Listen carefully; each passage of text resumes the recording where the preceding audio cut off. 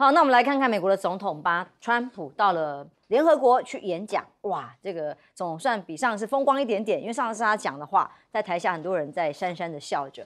这一次呢，他讲的演讲呢，却是 CNN， 他会不会被关掉？CNN 继续帮他做事实查核，一点一点的提出来，因为 CNN 觉得很荒谬，他说所有的内容几乎全部是胡扯哦，直接是这样形容的。因为这联合国大会里面吹嘘的事情，包括说他自己促成了6场战争的和平结束。那他特别去查核几个根本他不算战争，或者是他说以色列跟加沙走廊的战争，因为靠他所以结束，人家战争也还没有结束，等等的看起来就要拿诺贝尔和平奖不管吹嘘通膨气候世界局势都靠他这件事情，他被 CNN 笑了一个透。但是呢，在联大还有说，被阴谋给3重破坏吗？怎么会搭手扶梯搭到一半停下来了呢？太诡异了吧？那或者是去演讲的时候，他讲了本来是20分钟，讲1小时，说因为他的读稿机 prompter 居然坏掉，提词机是坏掉了。为什么其他人不会坏，只有他坏掉？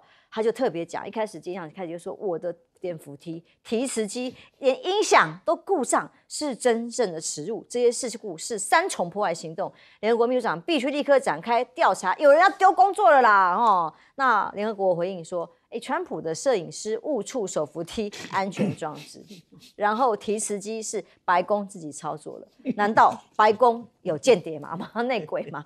但总之，这样的一个风风光光的演讲得到，当然他也是笑联合国是没有存在的必要。那结果是如此。那川普在国内的部分移民政策是反噬吗？美国的 ICE 移民署开枪射杀非法移民的消息，在芝加哥执法的时候引起了争议。川普在联合国大会特别提了这个移民的事情，他警告这些其他的联合国的会员国说，不赶快收紧移民政策的话，会让你的国家走向地狱。所以他做的事情永远都是对的吗？而由于这个移民的政策呢，引起了太多的仇恨，结果德州的达拉斯办公室直接发生枪响，都是数百码之外，他们的枪支的这个不知道是训练太多了，什么就可以很准确的直接由远处的用枪击，直接造成了3个人中枪，那直接把人给杀死，3死1伤然后呢，这个枪手虽然远，立刻有被追到，但他立刻就自枪。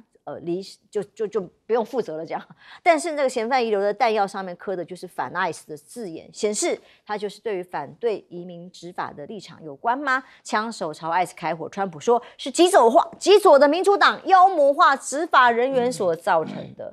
看看美国，再看看中国大陆，目前习近平宣布气候计划隐晦的批评了川普吗？他说呢，在联合国的气候变化大会致辞表示，绿色低碳转型是时代的潮流，尽管个别国家逆流而动，但国际社会应该把握正确的方向，因为地球都快灭了，好吗？我们的整个气候的异常现象，过去拜登或者是先前的美国也是必须提倡的，但他退出了这种气候变迁计划，现在要挖的石油完全是逆流的。而大陆的所谓的液氢制取技术产业说产生了新突破，这种高温据说是-200多度的这样的温度底下，可以直接运行168小时的核心技术呢，对于不管商用车啦、绿能都有航天都有很长足的进步跟可以产生的这个技术领域的突破。那还特别说放弃当 WTO 有特殊待遇的这样的对象，说充分展现成为负责任大国的这样的担当，不再寻求 WTO 的特殊的待遇，在这个各种的经济的进出口上，大陆专家说反而有利于谈判，也是表示跟美国的保护主义不一样，他们是多极的贸易的世界美中贸易博弈现在还在谈。那这个贝森特的谈话里接受媒体访问的时候，他特别点名美国跟中国谈判并不是毫无筹码。其实他这样讲是觉得我也觉得蛮惊讶，是说他说他跟中国谈判并非毫无筹码，他已经先认输了很示弱他包括飞机引擎零组件特定化学，这些都是中国大陆依赖美国的领域，数起来负面表列好像没有几样。可是这个谈话里新闻报道我看到比较特别的是，他特别提到台湾所谓的风险大陆这个还不是最大的风险，最大的风险是台湾99%的半导体晶片都在台湾身上，这才是美国最大的风险，难怪要把台积电拿过去。那包括了大陆传出来说这个谈判的有一个关键的的要点之一是包括了飞机的问题哦。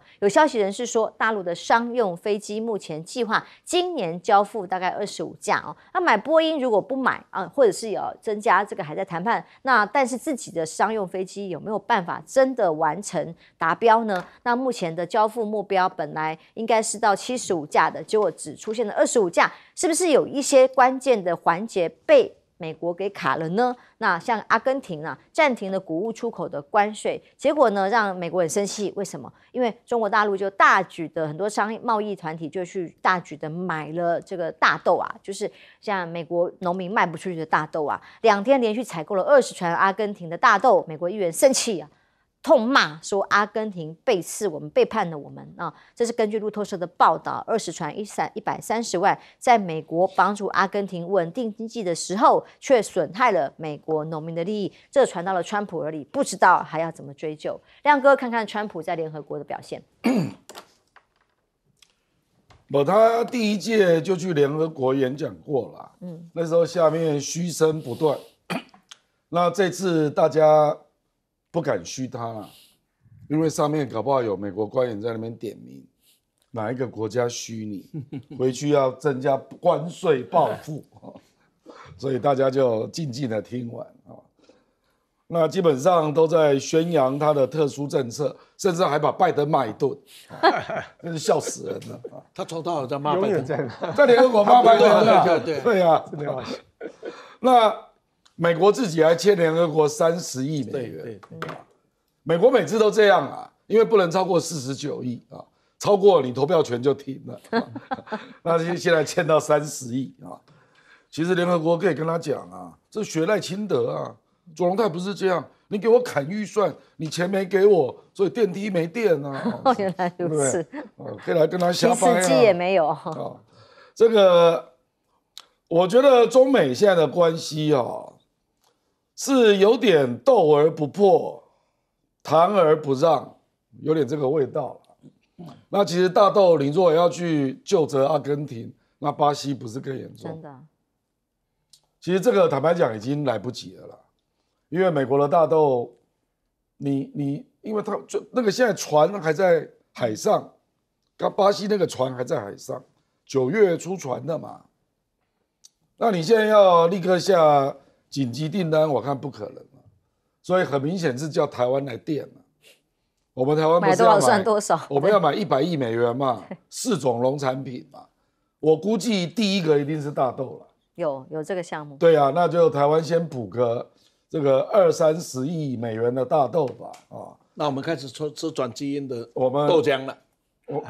那个都是转基因的，对啊，都是转基因的豆浆跟转基因理论上是只能当饲料。对，那我不知道我们阿兵哥会不会吃到豆浆？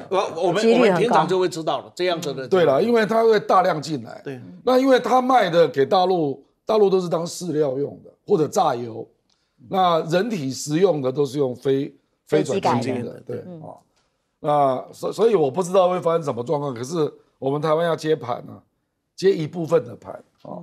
那中美互相卡啦，坦白讲，这2招美国已经用过了，就是 C919的飞机引擎嘛，它已经用过了。可是 C919未来会大量制造，那你美国的引擎公司它是美法合资嘛，其实你也会赚到很多钱。所以 GM 愿意吗？就是 GD 啦，通用动力公司愿意吗？我严重怀疑。那另外一个化学品就是石化上游，我印象中是叫乙烷啊，那个美国是最大的生产国，可是美国也因为这样，就中国的市场，所以他把这个石化业建立起来了。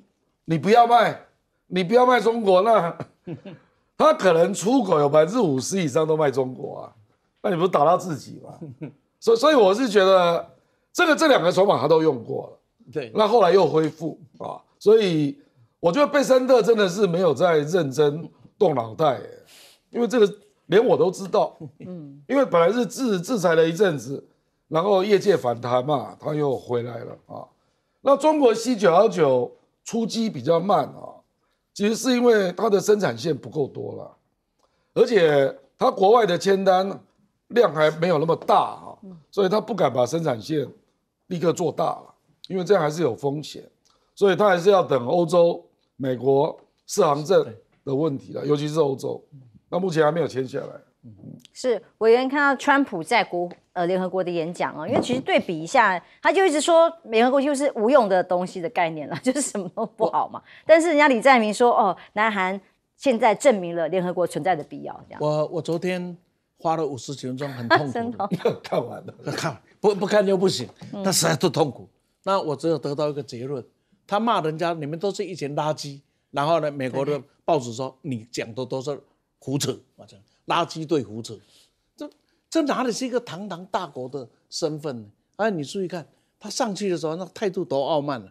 我们一般来讲做这样，一个会对主席先鞠个躬，第二个会对在场的人说个还都打个招呼，他是没有的。哦，你看那个画面是上去就上去了，然后就对大家讲了，也没有问个话就开始，然后15分钟，标准是15分钟，他讲了50几分钟，将近60分钟。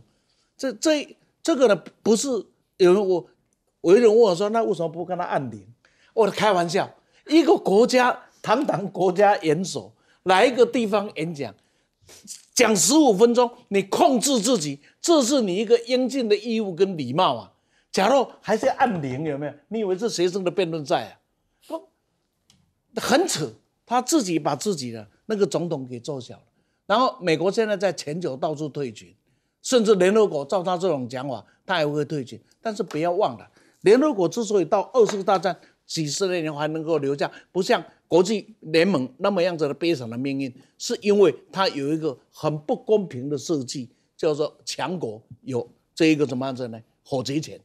这五大的时候，火贼权的好处就是它不用退群嘛。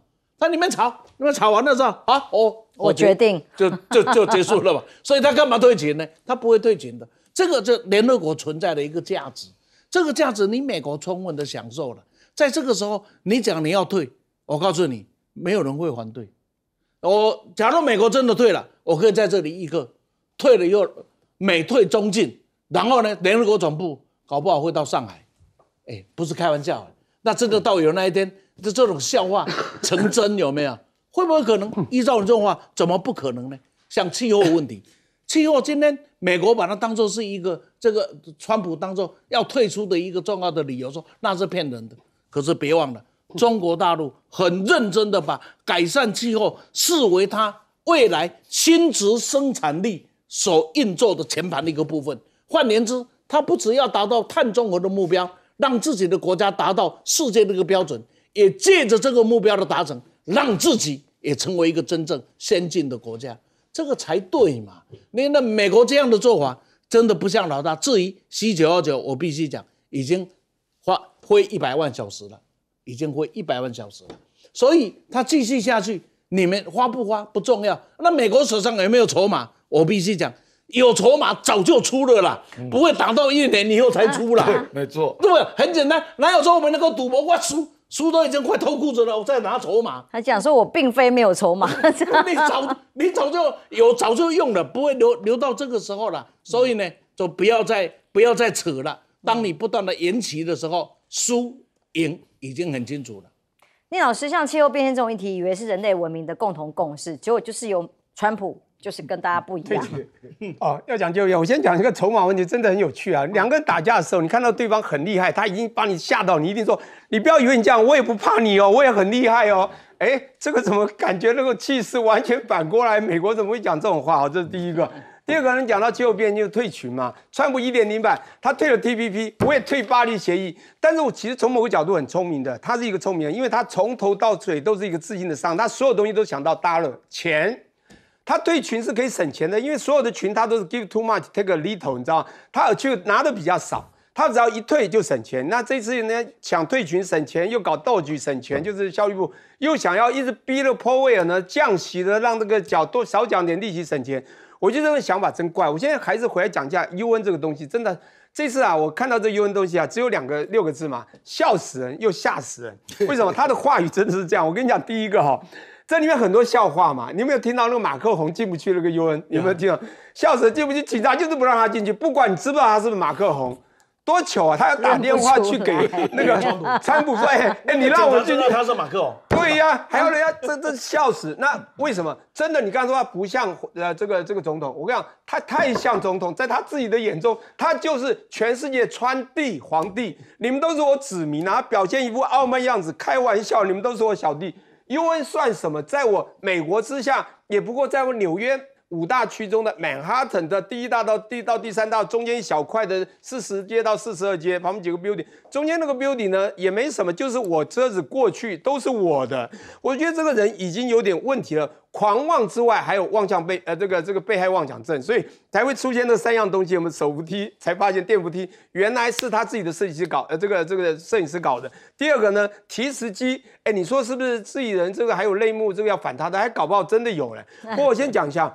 这个提词机不管有没有搞不好，他叫人家弄掉，因为他想多讲话。你不要只给我讲那些，15分钟，哩啦讲了56分钟，哇，都是在训斥别人。你刚讲到还去训斥，在这个时候呢，去讲他自己的前任总统有多差，这个有什么意义？我就不懂了。所以呢，我觉得这真是笑死人的不得了。最好一个笑的也是吓死人，就是下地狱。他说你们这个国家都要下地狱，觉得移民，他把移民到多严重，你不觉得这很好笑吗？所以这样的总统我真的不懂了哈。好，那我第二个要讲那个 ICE 这个问题哈。我们讲这 immigration 的 custom 这个 enforcement 这个问题哈，其实因为他反移民，他是真的坚决想反移民，从1.0版盖勒族那个墙到现在所做的动都是成绩。但是你知道美国的文化真是有不一样的，这时候一定会产生极端的不一样。弗洛伊德事件你应该还记得嘛？在2020年拜登的时候。我跟你讲，这个啊，在北边芝加哥是 IC 人去打死一个这个非移民，在达拉斯德州南边却有人就是因为反移民去打死这个所谓的这个 IC 的人，你知道这个东西隐含着背后多可怕的美国之间的这个人与人之间的仇恨，很好。我最后只讲一个，就是说现在我很担心一个，就是我们当时4次公投，既然我们也输了，我们现在美国的东西，我们已经开始吃这个莱特多巴胺的猪啊、美猪美牛，我觉得可预期的未来，就刚刚讲的嘛。鸡转大豆，我想我们也要慢慢吃吧，就这样。好，来看看美中在军力的部分，是不是中美之间互相的评估产生了一个历史性决定的变化吗？这个是美国的前驻华大使他发出的警告，他说他亲眼看到的解放军，现在我们的评估可能错了。看看这段谈话。I've seen the PLA. I think we've underestimated their military strength, their technology strength, and one other thing, they're strategic. And we're not competing on that level. So actually, I think the Chinese and technology, military, economics are stronger than we think they are. And I think we've underestimated them, and we can't do that any longer. 他强调不要再低估中国大陆，我相信这跟93阅兵之后有很大的感受。除了在国防上面，其他的事项呢，像中欧班列。中欧班列呢，现在说恢复通车到波兰白俄罗斯这个边境口岸重新开启之后呢，又产生了一个新的欧洲的重要陆路哦。本来是在这个先前波兰因为白俄罗斯军跟俄罗斯的军演关闭，那波兰总理特别讲，25号凌晨重新开放之后，如果必要，政府有必要会在次的关闭边境的口岸。为什么？因为这个中欧班列影响很大，叫做撒网人口啊，湖南被形容叫做人才输出的大省，从这里大规模的引进计划之后呢，湖南省各种的省办的各负责人呢，还分了6队6座城市去招贤引才。中欧班列从长沙开始开6000列，开行的规模被称为是第1全国的全国方阵。那拥有12条稳定的运行路线，跨欧亚非常重要的30个国家，100个城市，从不用海上不用空运，只要陆路就可以达到的，连续6年的稳居全国第1方阵，4年年度是发挥了发车超过了1000列，成为运输亚欧的黄金通道。越来越多这种班次，所有的货物要从湖南开往欧洲。其实像在美国的现在这种对抗里头，跟欧洲的关系，其实中欧班列也是一个很不可取代新的便捷通路。那当然很多的交流跟沟通也就是停不下来的。在核心地区新疆被看到是习近平在一个活动里头，中央代表团抵达了新疆的乌鲁木齐，这不是西方很多国家说什么血汗棉的地方吗？结果他在这个公开的活动里面告诉大家说，这个是党跟国家历史上的第1次热搜是新疆是个好地方新疆的瓜果如何因为所有的中欧班列的乌鲁木齐集结中心所凸显的这个功能，叫做从中欧的中心新疆作为亚欧大陆的经济核心啊，包括了边境5600公里等等的哦，那占这个所有的1/4的边境，跟8个国家接壤啊，东连西出，全方位开放的这个地缘关系。所以，当我们看到最新消息是，大陆国防部说，始终会根据国家安全需要跟装备发展航母建设。这也是根据外媒报道，中国的第4艘航母首艘的核动力和航母即将在大连造船厂要开始这个所有的开建。那他们强调的是，相信国家安全，核航母第4艘都已经开始启动了。亮哥，我这伯恩斯是9月24号讲的话啊。那我相信他也看到福建舰，就是电磁弹射，把这个隐形战斗机啊，那个歼35都弹射上去了，还有空警600啊，这个连美国的福特号都做不到啊。所以我觉得他应该坦白讲，中国人本来就是孙子兵法的民族啦，所以这个追求兵法，这个本来就是他的传统之一啦。所以你只要给他稳定的发展的空间呐，他现在的工业能量，你可以看到已经开始进入军事领域嘛。所以最近他的军工产业，就是你可以看到，好像乒乒乓乓，每年都有很多新的突破嘛。这我想他都看到了啦。啊，其实美国目前确实是在争论啊，因为2025年的国防战略即将要出炉。那海格塞斯不是透露了一个讯息吗？说美国大概要回来聚焦西半球，那意思就是西太平洋啊、中东啊，那以后就次要啊，先把美国本土护住了啊，包括这个巴拿马运河啦、格陵兰啊，看可不可以抓到手里了啊，然后国内的非法移民啊，把它驱逐啊，那附近国家的贩毒啊。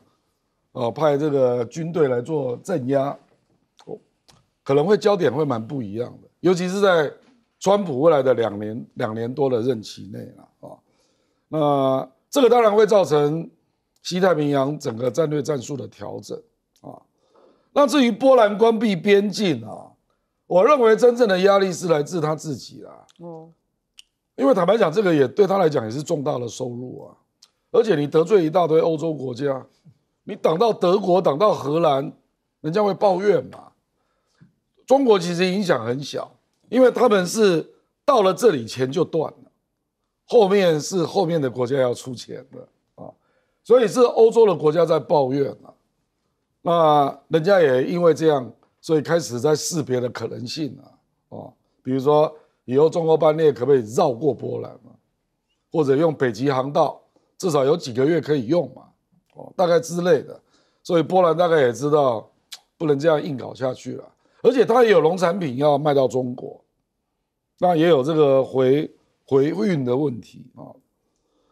那我觉得你讲到这里讲到中欧班列，比如说湖南啊、新疆啊，事实上都是一带一路的整个大的计划带动的啊。那其实带动最明显是新疆啦。我觉得中国大陆新疆的维吾尔的跟汉族的矛盾，逐渐淡化，没错，就是因为经济发展。你可以看到，它从2005年到2010，经济成长率是11%，然后2010到2020大概是7到10%，那最近这4年还维持在6到6.5之间。我觉得这个是主要因素了，就是本来是南疆蛮危险的，那现在南疆也慢慢带动了嘛，那个边境就是卡死嘛，所以我觉得经济真的是消解族群矛盾最有效的方式了。那新疆就是最明显的例子。好，我们休息一下，马上回来。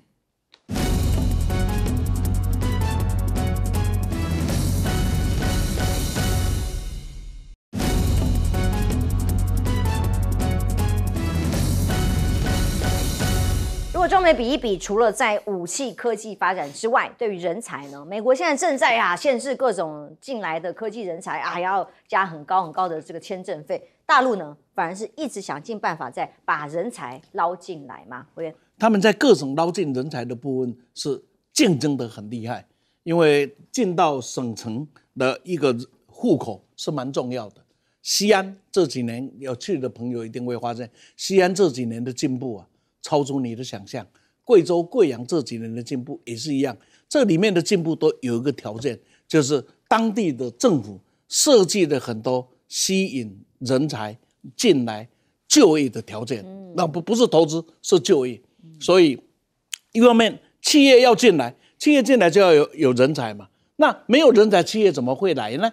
而且来的就是低端的企业，不会是高档的企业。那这来说，他做怎么办？比如说给予户口，然后房屋给予非常好的优惠，每一个城市不一样的，让你能够轻易取得到住宅，有房你就住得安心嘛。那么就子女的户口的问题解决，就教育的问题解决，他设计的这一些，然后让你能进来，这个才是一个城市要自己发展所来考量的。至于新疆那各位一定要想到一个事情，这是欧亚大陆的中心。这也就是为什么西方这几年处心积虑的要去破坏新疆，因为假若中国大陆让新疆能够站立了起来，那么整个的欧亚中心的一个 control 点是产生，是一个集中散发点也产生。我举一个最大的例子，这是当时在台湾的我们很难想象。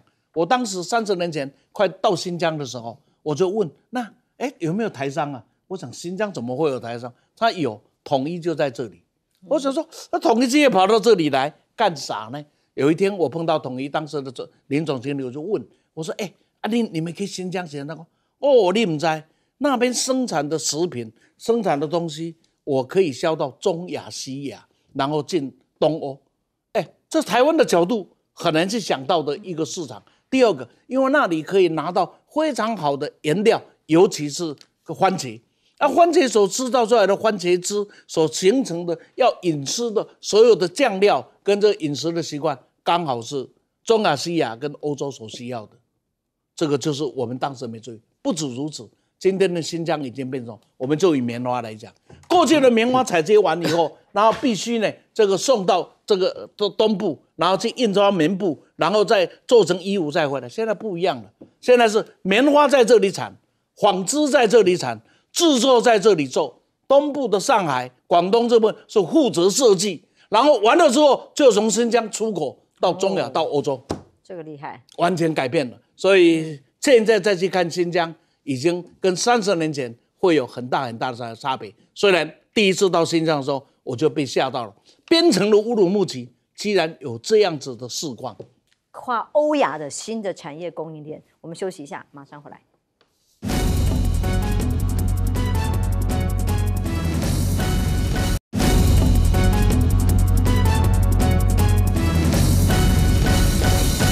来看中欧班列串起了欧亚的新市场。OK， 中欧班列这非常有趣啊！中国大家知道，中国提速，你知道他提速了6次，然后最后有2次做中欧班列，这是一个非常算是伟大的壮举。我们不管是不是讲“一带一路”，我现在讲是6次提速，大家知道吗？在1997年、1998年、2000年、2001年以及2004和2007就是大提速。从当时1997的时候，在中国那时候的铁路1小时是40公里。到了2004年，整整才10年的光景，你知道它提速多少吗？才7年的光景，提速到了160和200，160的有7700公里，200的有1970公里。好，最可怕的到了2017年，他们2007年，他们所有的东西提速到300多公里。重点在后来做了渝新欧铁路11179公里，拉到刚刚讲的中间就是新疆嘛，渝就是重庆，新疆到德国的杜伊斯堡。后来更可怕，在2017年1月1号，他把它拉到东边的义乌，到甚至经过英吉利海峡到伦敦，甚至南边到这个西班牙。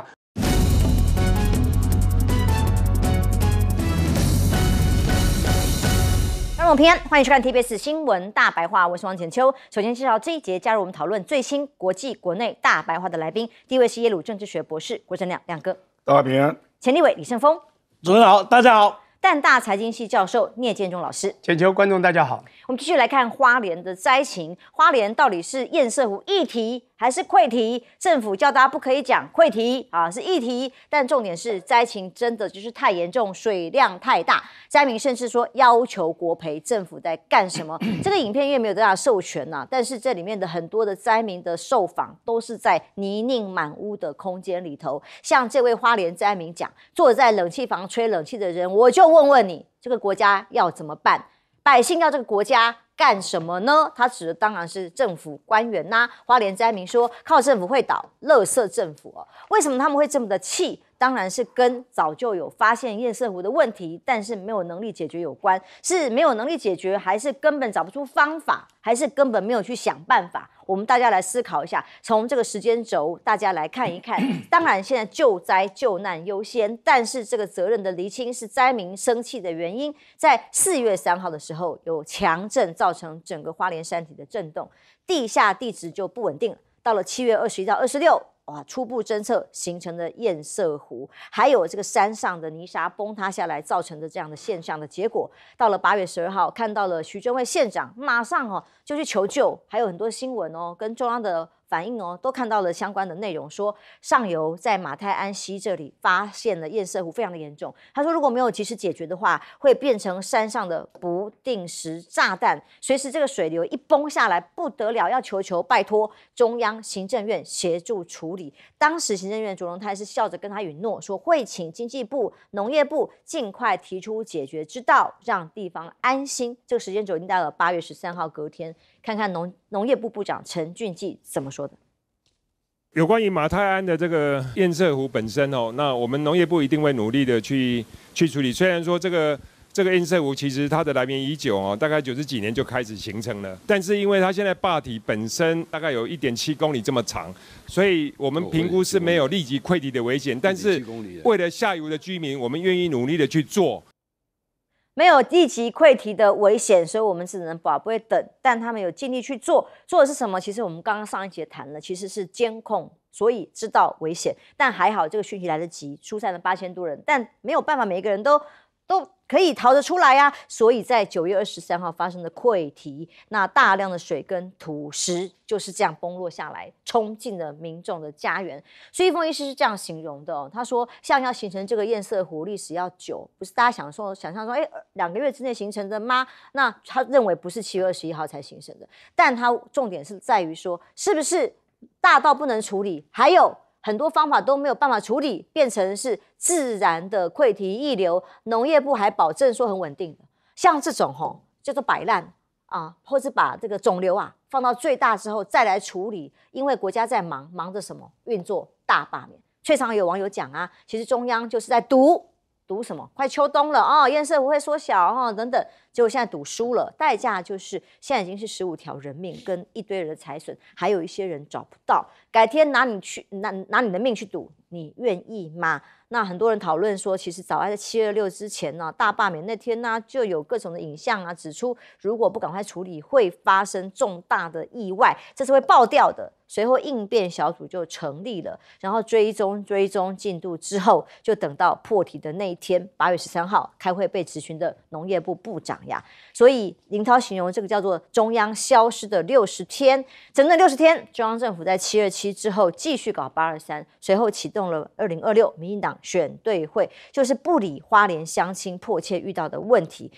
其实还有台南，他们那个时候才发现，才会稍微去管理对于政策、对民生、对于减灾丝毫没有兴趣。那行政院院长卓荣泰他那个动作就跟傅昆萁2个人的对话不耐烦，他讲到是地方在这个在测人数的问题上面出现瑕疵之后，就跟傅昆萁出现了这个对骂，然后很不耐，然后愤而离席。他说人们都在问你在急什么，急着跑掉去哪里，过去的60天都在干嘛。大陆网友有一篇贴文，其实我们看一下，他在讲的是一个例子，好像也是有他的道理他的事实如果是这样的话，是可以值得参考，是一个方法当四川汶川这里发生了8.2级的大地震，形成了是34个堰塞湖，10个西湖，1.45亿立方米这么大的湖的水量因此呢，当地出动的是6架直升机，然后吊挂80多台各式工程机械，挖了1个礼拜，整整1星期，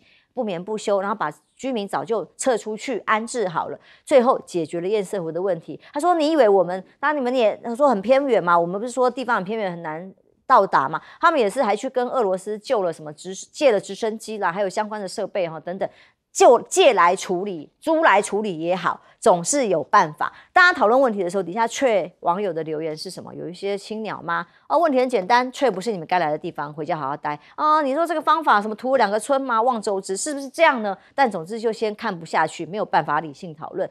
民进党创党将满39周年，这几天好多党庆赖清德总统说不足之处会检讨，清廉勤政爱乡土的创党精神还在吗？希望大家继续鞭策与指导，不足之处我们会虚心检讨改进。会检讨吗？国不太民不安的民不聊生，像花莲的状况灾情还要赌多久？那当然沈富雄讲话他讲得很恨，他说根本赖清德不配当总统。从任命前内政部部长徐国勇为党内秘书长这件事可以看出来，他不认为有错。而且呢，重点还是在对内立威。那很多人党内敢怒不敢言之外，对国内的这种互相树敌更是严重，一路就准备躺着干到2028嘛。亮哥，我觉得那个大陆的网友提到6架重型直升机他就要吊挂大型机具嘛，不然那个地方你到不了嘛。事实上，我们这个堰塞湖也一样也没有路。对，听说走路要走差不多7、8公里那可是问题是你那个大山猫你怎么上去所以大陆当然用大的直升机，用大机具，就在那边弄了一个建设平台，然后就迅速施工嘛。这个就是我们中央团队的问题嘛。其实，在上1个小时我就讲到嘛，726他们就知道问题蛮严重的，所以预估10月初可能会溃堤。他们事实上就已经认为有这个危机了嘛，所以你中间那一段说大家就是在赌嘛，赌说没有台风不会有大雨或者是阳光那个炽热把它蒸发掉一些那很不幸就事与愿违嘛，就水就越积越多，所以在比较小的时候，也许你可以局部爆破让水流掉，或者是把那个堵住了那个洞口。怎么样做一点分流？那就是一直等，那就越堵越大嘛。后来就到了9000万吨你怎么弄跟新化水库水量一样大，所以我才说这个对比在哪里？这个对比就是中央迟迟不愿意做这个决定所以你如果没有大的那个吊挂的空中的机具了那你是不是请国际来援助像大陆说他们是借的是租的，那个时候他们还没有，他们自己没有那个时候是跟俄罗斯借的，对，就俄罗斯就是重型的去借去租的吊挂的飞机后来中国大陆就自己盖了可是那个时候真的还没有那这个就是一个决心的问题嘛。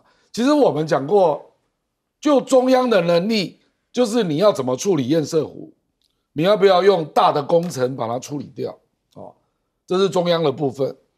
地方的就是你要不要迁村嘛我们有讲过，这个两边负责是不一样的，可是地方没有迁村的能力，这个需要资源嘛比如说你已经累积到8000多人了你这个迁村至少要迁走5、6千吧，那个钱很大你要在周边什么地去盖国宅干嘛那个钱非常的大，而且不是把人让走就算了，是啦，还要提供就业啦，我知道，太复杂，这个就是很复杂。对可是这一次结果你就看到那个光复乡的民众就在那边看着一个不定时炸弹挂在你上面然后大家也不知道怎么办，然后就听中央单位来跟你讲，说这个不用担心没有立即的危险只要没有下超大雨那这个会慢慢的分流啦，等等等，你就只好相信不然怎么办？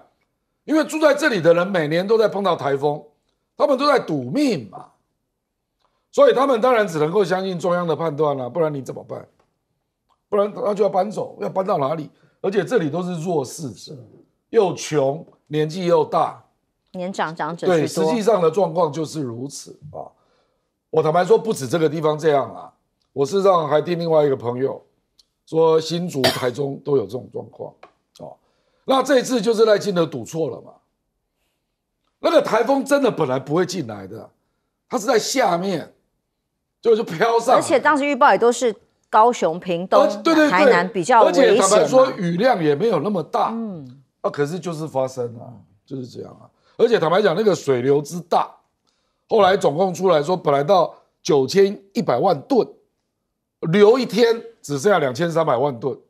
那我刚那个傅昆萁办公室还寄给我说，现在只剩下1500万吨。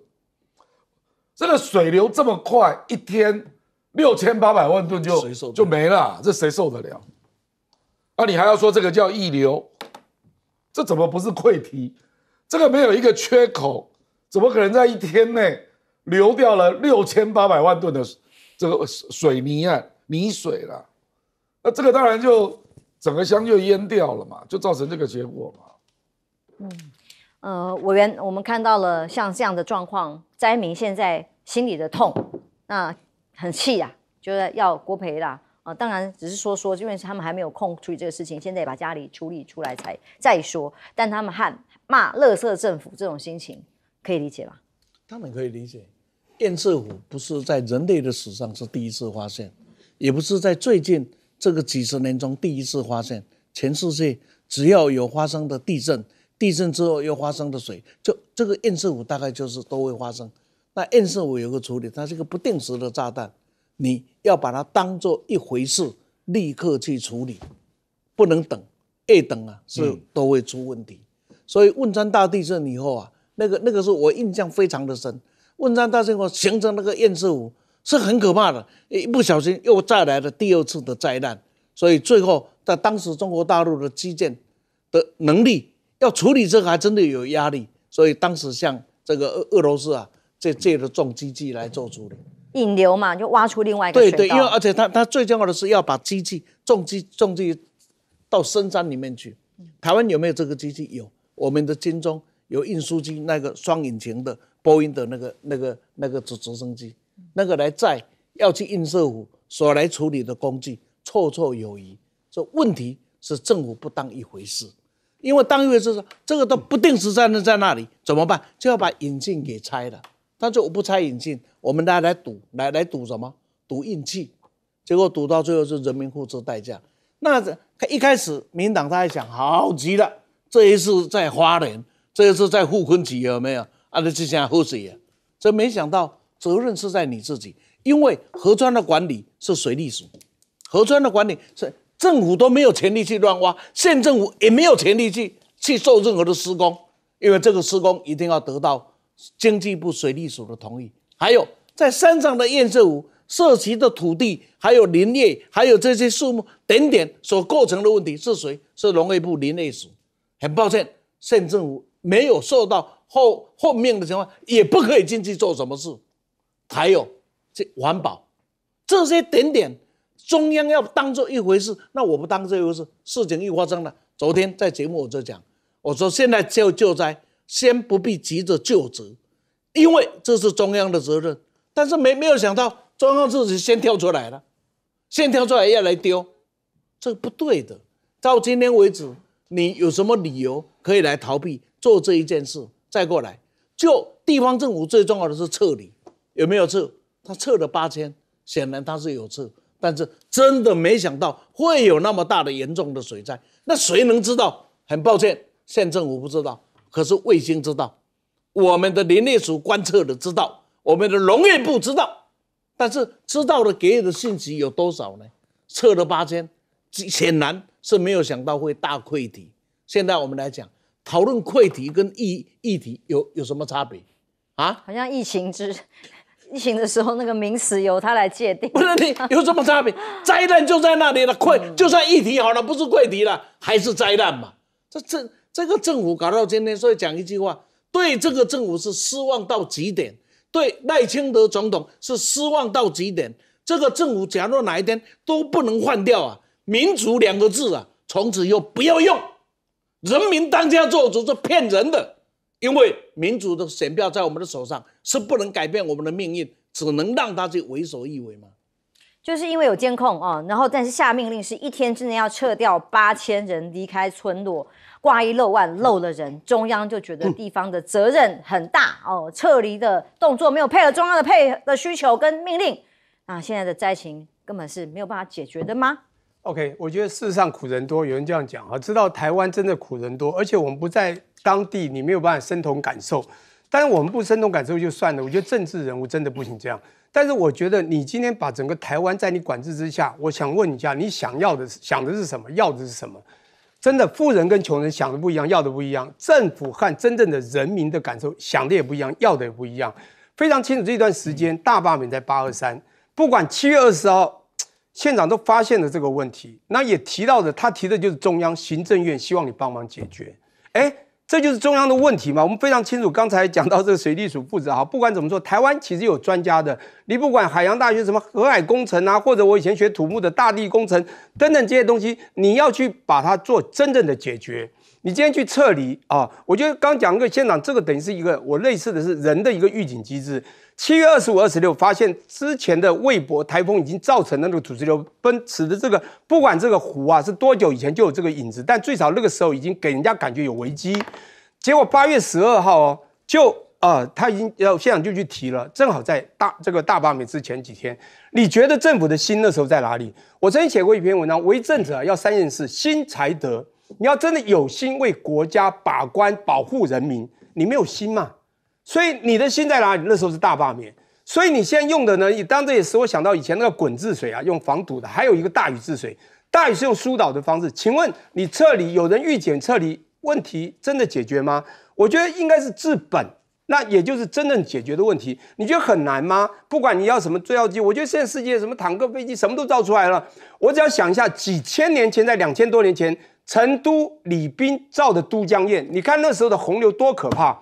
他那个都江堰整个那个洪流过来的时候，他做了3期分流，然后3次的排洪，然后把一个地方破堤之后打通之后，80、60、20公尺打通之后，爆破之后，让所有的水流安全进到成都，然后1、2分流。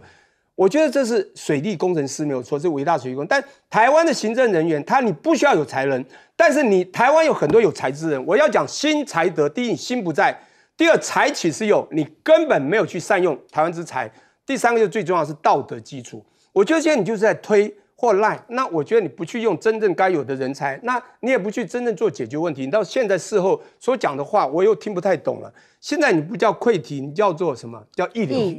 那打仗那个我们的曾经有一个很重要的战争，2战之后，人家明明摆在那边投降，输在这边叫投降，你说不叫投降，叫什么？终战。所以呢，这是文宣战，你是要我们的人民去相信你可以。可是你也要有点道德基础，告诉人家真正是事实嘛。所以我觉得在这做法之中，我觉得非常糟糕。所以我觉得他们不是在赌，我觉得根本就我从讲不来，真的有时候心不在此。那他当然这个也算是赌哈。不管怎么说，他认为不会发生。但不管怎么说，人民之苦你要去感受，你再不感受不行哈。那个沈富元讲的配当总统这个问题，我觉得不在一个人的层级高低啊、程度、地位、经验，在一个人有没有心、才、德来治理国家，才叫做配不配当总统。